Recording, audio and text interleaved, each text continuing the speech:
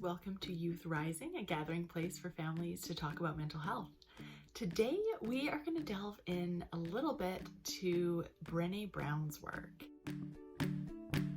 and talk a little bit about her book, The Gifts of Imperfection.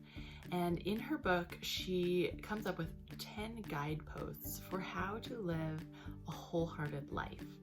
And when she talks about a wholehearted life, that is a life where you feel a great sense of worthiness. That is the kind of life I want to live. I talked a little bit more about Brene Brown's work, about shame and worthiness, and you can go check out my worthiness video just in the link up there. Following these guideposts has been something that we've been working on in our family, and I'm going to take the next few videos to go into each guidepost and talk with my kids about it. Okay, so Brene's first guidepost is Cultivating Authenticity, or letting go of what people think. And we had a great conversation. Check it out. Okay, friends, so today we're going to talk about something called authenticity. Do you guys know what authenticity means? It means something being exactly what it is. Like something appearing as to what it is. Okay, so it's like real. Yeah. Yeah, so some of the words that are similar to authenticity are it's real, it's genuine, it's not false, it's true. Okay, yeah, I think that's a really good definition of authenticity.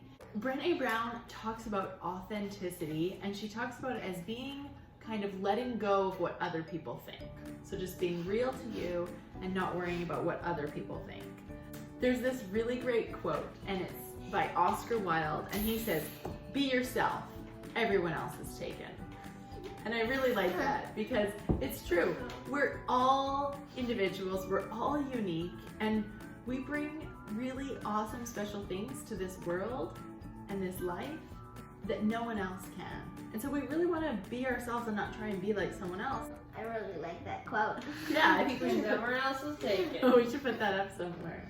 So for you guys in your life, what does it mean to be yourself? Like, what does that look like?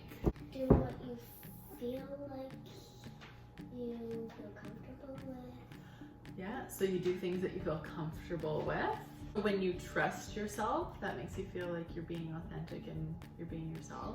Another thing I thought of is that when you're making choices, you're making choices about things that you feel are right, Yeah. not what someone else thinks is right. Or even things that you want, right?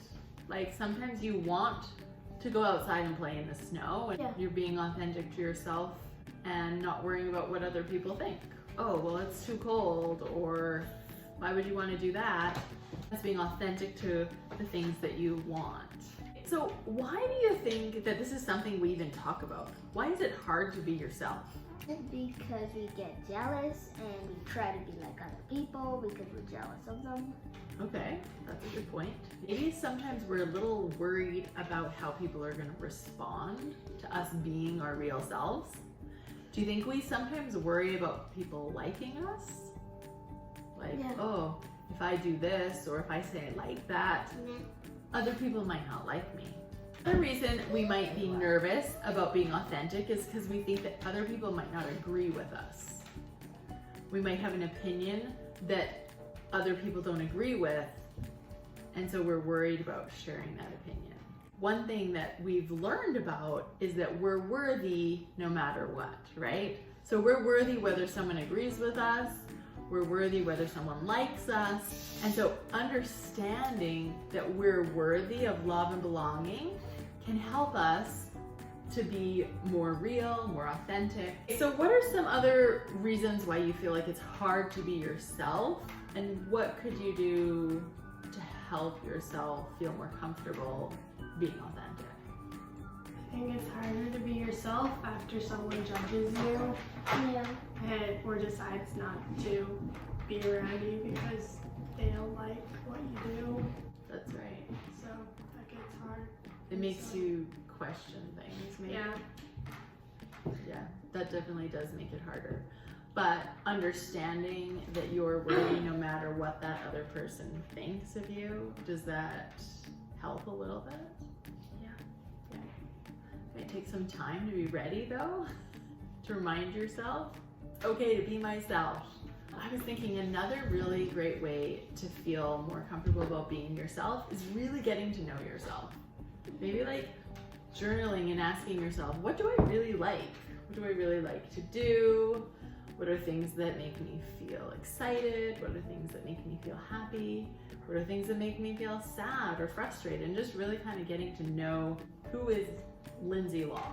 Who am I? And then as I kind of discover that and I'm curious about that, then it helps me to be more authentic and be more myself, because I really feel like I know myself.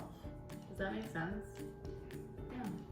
So that might be an interesting activity, to do some journaling about who are you?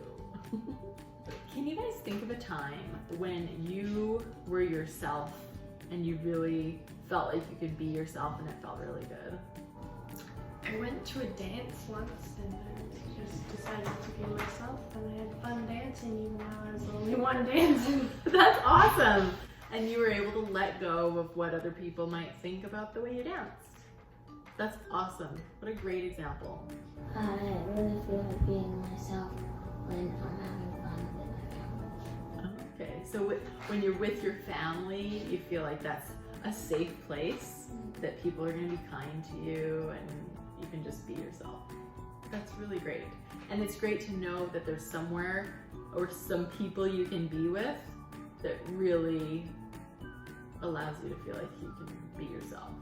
And I think the idea is that trying to extend that into other situations. What are some situations where you guys might find it harder to be yourself?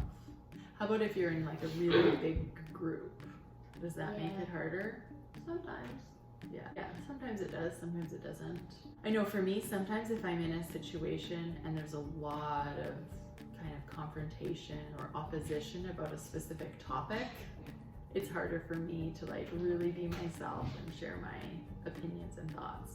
But it does always depend on the group. That's right. Sometimes you choose to not share your opinion in a certain situation because you don't feel comfortable or you don't think it would add to the group situation. One thing we're going to talk about though is what authenticity is not, what being yourself is not. So being yourself is not an excuse to say mean things to other people and then just say, well, that's just me. It doesn't mean that you say everything that comes into your head and everything you think. We might be thinking, yeah, I hate this person. Right. Our lizard brain may send us thoughts that don't need to be shared with the group.